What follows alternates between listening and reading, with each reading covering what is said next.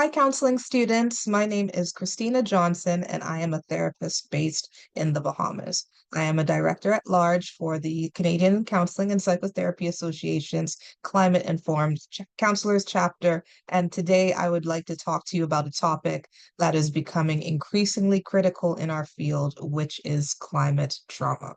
So, as somebody who is living and practicing in a region that is regularly impacted by severe storms, I've seen firsthand the mental health toll that these climate events take on individuals and communities.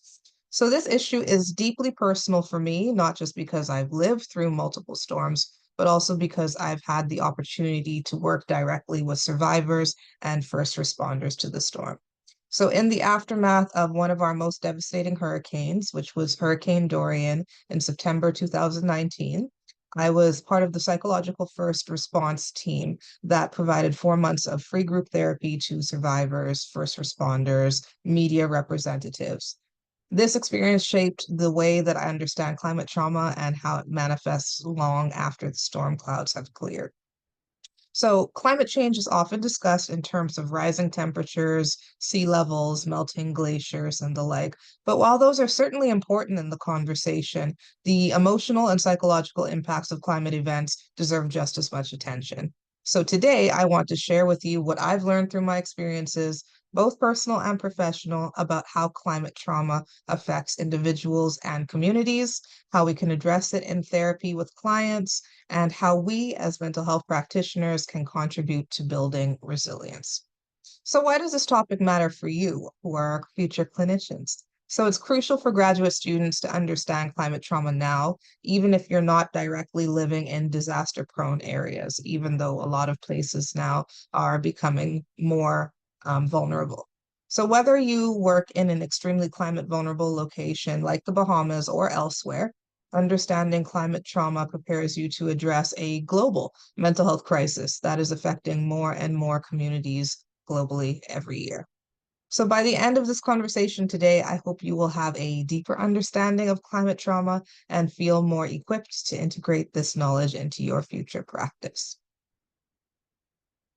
So let's begin by looking at the emotional impact of climate change. So, in the immediate aftermath of a natural disaster, people often experience shock, fear, and grief. So, I've seen this with my clients here in the Bahamas. There's that initial sense of disbelief, of trying to grasp the enormity of what's happened. And for some, this manifests as kind of a numbness. They go into survival mode. They're focused solely on basic needs like food, like shelter, and safety. But climate trauma is not a single event trauma. Unlike a car accident or a house fire, where the traumatic incident has a clear beginning and a clear end, climate trauma continues long after the disaster has passed. So, people who have lived through a hurricane or a flood may experience ongoing stress, especially in areas like the Caribbean, where storms are a recurring threat. They're constantly bracing themselves for the next disaster, living in a state of hypervigilance. So, for example, I had a client who became obsessed with checking the weather. So even on perfectly sunny days, she really couldn't shake the feeling that something bad was going to happen. And she told me that every storm alert felt like reliving the hurricane all over again. And as we know, and as you're learning, this kind of chronic stress can have serious mental health implications from anxiety to depression. And it's our job, our responsibility to help clients manage those long-term emotional consequences. So, in addition to chronic stress, there's also that pervasive sense of loss. After a disaster, people may lose their homes, their jobs, even their loved ones. But there's another kind of loss that's a lot harder to define, and that's what we call intangible loss. It's that loss of security, the loss of your way of life as you know it. So, for many people, their identity is tied to the land, to their community. And when that's disrupted, it can truly leave them feeling unmoored.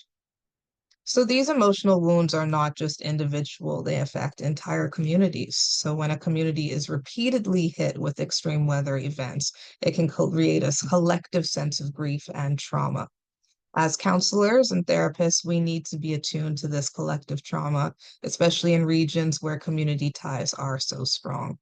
Our role is to help individuals to navigate their personal trauma while also understanding how that trauma fits into the wider context of community-wide healing.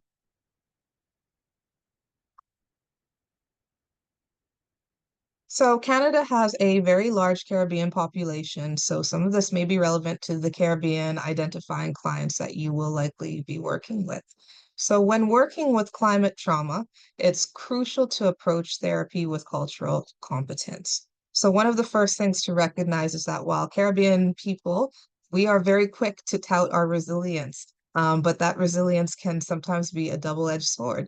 There's that pervasive idea in our culture that we need to like bounce back quickly, that we can't let storms or anything really break us.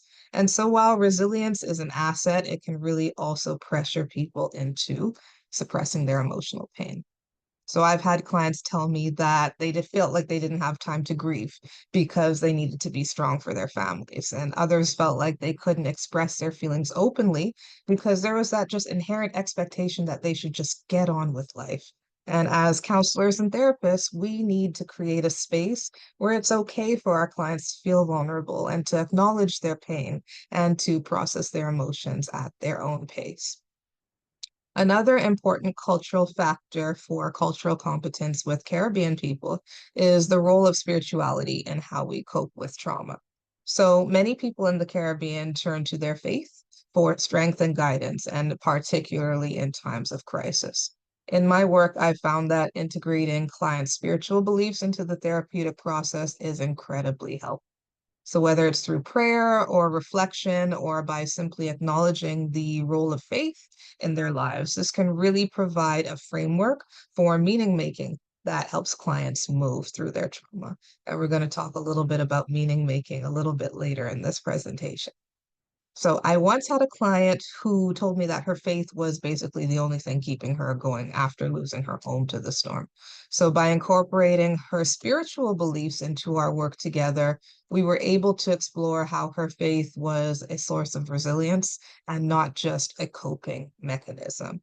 As therapists and counselors, we need to be flexible and to be open to these kinds of cultural factors because they're really essential to creating a therapeutic environment that feels safe and supportive for our clients. And we also have to be so mindful of the stigma surrounding mental health in the Caribbean population. There's still this widespread belief that seeking therapy is a sign of weakness or that emotional problems should be handled privately, like within the family. And this makes it very difficult for people to reach out for help, even if help is there. So many clients may be reluctant to engage in therapy, viewing it as that sign of weakness. And as therapists, we got to be mindful of that when offering support. And that's why building trust is so critical. We need to be able to show our clients that therapy is not about fixing them, but about helping them navigate their incredibly difficult and complex emotions.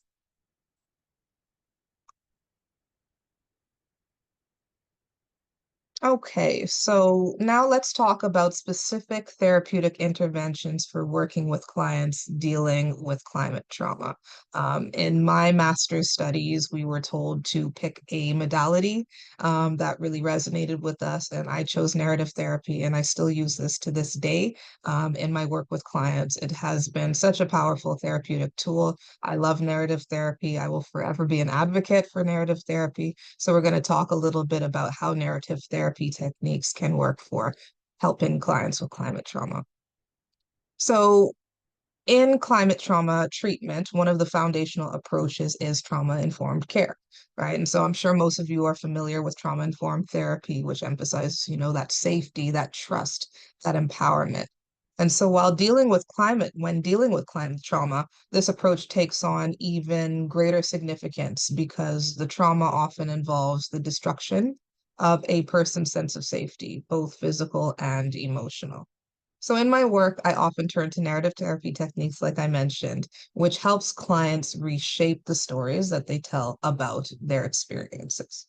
So narrative therapy is particularly effective in the context of climate trauma because it really allows individuals to reframe their relationship to the traumatic event and to find new meanings in their experiences. And so for many survivors, their trauma becomes that dominant narrative, overshadowing all the other aspects of their identity. And they might start seeing themselves solely as victims of disaster, and this can really feel disempowering. And with narrative therapy, we help them reclaim their story. So, for an example, one of my clients felt very overwhelmed by the idea that she had no control over her life anymore. Her house was destroyed, the neighborhood was flattened out, and she described herself as helpless, right? And so, through narrative therapy, we worked together to identify moments of strength and resilience that had been overshadowed by the trauma. They're always there, but sometimes those experiences, that traumatic experience, can really be just what really is amplified. So she started to see herself not just as someone who had suffered, but as someone who had survived. And that shift was really crucial in helping her regain a sense of agency and control in her life. So, narrative therapy is also very powerful in addressing the feelings of powerlessness that climate trauma can provoke. By externalizing the problem, by separating the trauma from the person, the traumatic event from the person, we can help clients view their experiences from a new perspective. So instead of being consumed by the trauma, they can start to see it as something outside of themselves, something that doesn't define their entire existence. So this creates space for clients to explore alternative narratives where they are not merely the passive victims, but the active agents in their healing process. And so another client of mine who lost her home during Dorian and felt like she had lost all control over her future, the story that she was telling was one of loss, fear, helplessness. And through narrative therapy, we reframed that story. We talked about how, in the midst of devastation, she had made decisions that protected her family and helped them survive the storm. And these were the moments of strength that had really been literally buried under the weight of her trauma. So by bringing those moments back into focus, she was really able to regain that sense of agency and was able to imagine a future where she wasn't defined by the storm. Narrative therapy is really also effective in helping clients who feel like a profound sense of injustice, like those who are living through climate trauma but have little control over the larger environmental forces that are affecting their lives. So we can help clients to rewrite their narratives to highlight resilience, community support, and their ability to adapt even in the face of overwhelming odds. So, this process of rewriting their story and amplifying the positive can be incredibly empowering and is a vital part of healing.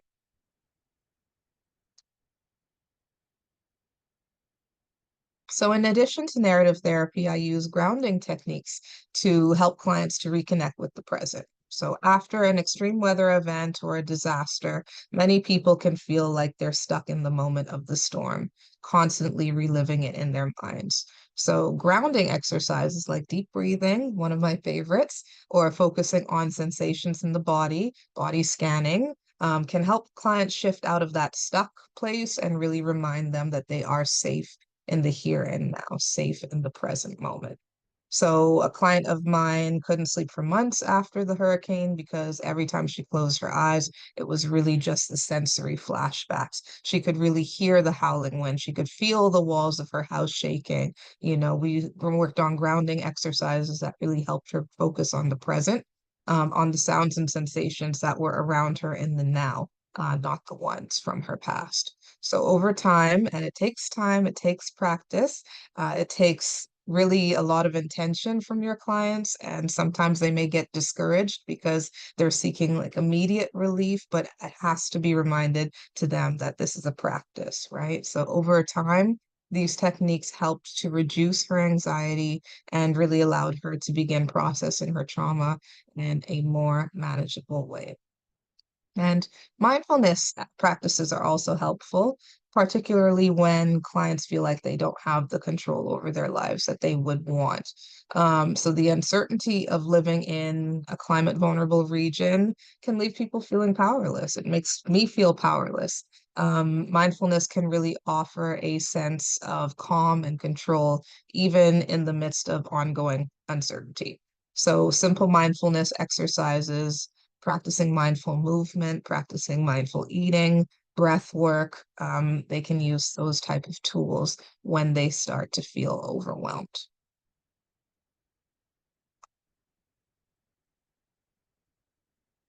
Collective healing is so important when it comes to climate trauma.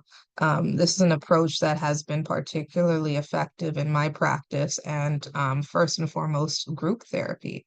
So, as mentioned before, in the aftermath of hurricanes, I did facilitate the free group therapy sessions with survivors, and the sense of community that emerged from those sessions was powerful, truly powerful.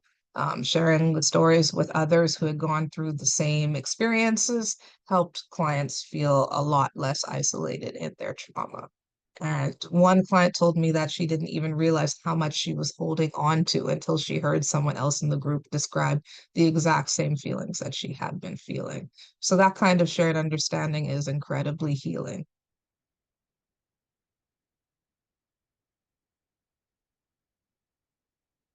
Addressing survivor's guilt.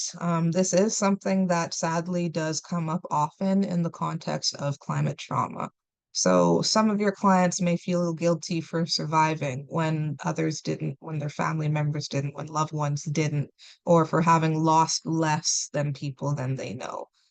So, survivor's guilt can really prevent people from fully processing their own grief because they feel like they don't have the right to feel sad or to be upset. And in therapy with our clients, we need to just simply validate their emotions and help them understand that, you know what, their pain is real and it's deserving of attention, even if their losses were different from those around them.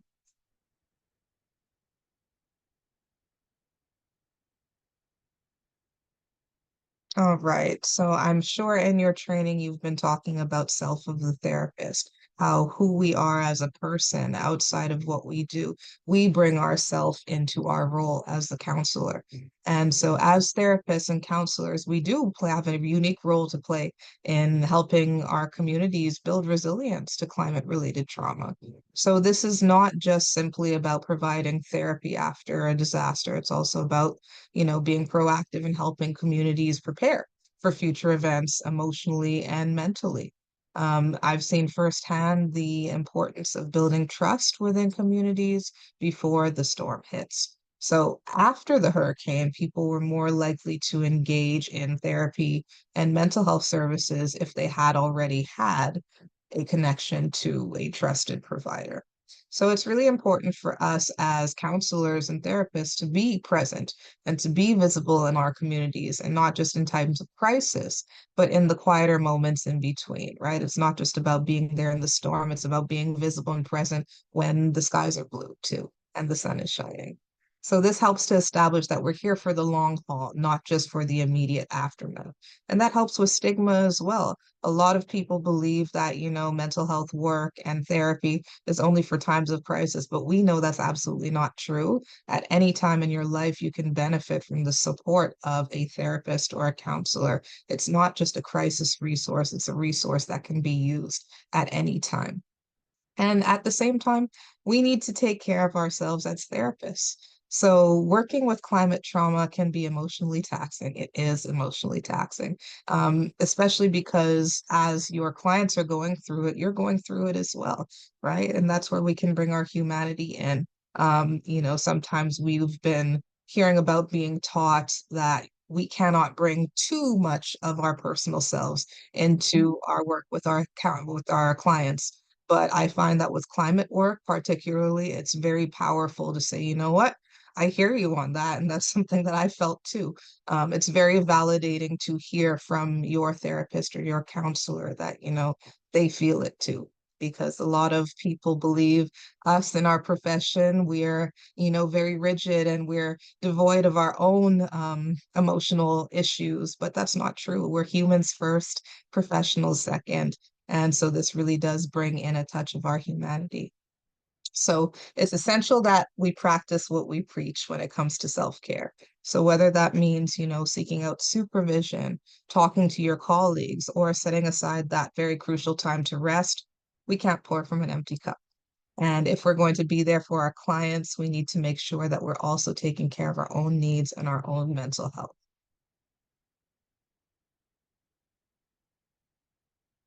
So, to wrap up, climate trauma is something that we as mental health professionals can really no longer afford to overlook. Whether we're working in the Caribbean, climate vulnerable places, or anywhere else in the world, climate change is simply truly affecting all of our clients' mental health in some way. And it's our responsibility to address it in our practice. So, as you move forward in your careers, I really encourage you to keep this in mind. Climate trauma is not an issue. It's really becoming a reality for more and more people, and we need to be ready and prepared to support them. But remember, even in the face of these challenges, there is always hope. People are incredibly resilient, and with the right support, we can help them heal and rebuild. So, thank you all for being here today. I really hope that you found this conversation helpful, and I'm really excited to see how all of you will take this knowledge and use it to make a difference in your own work. So if you would like to connect, my email address is there. I'm happy to hear from you, and best of luck with as you continue your studies.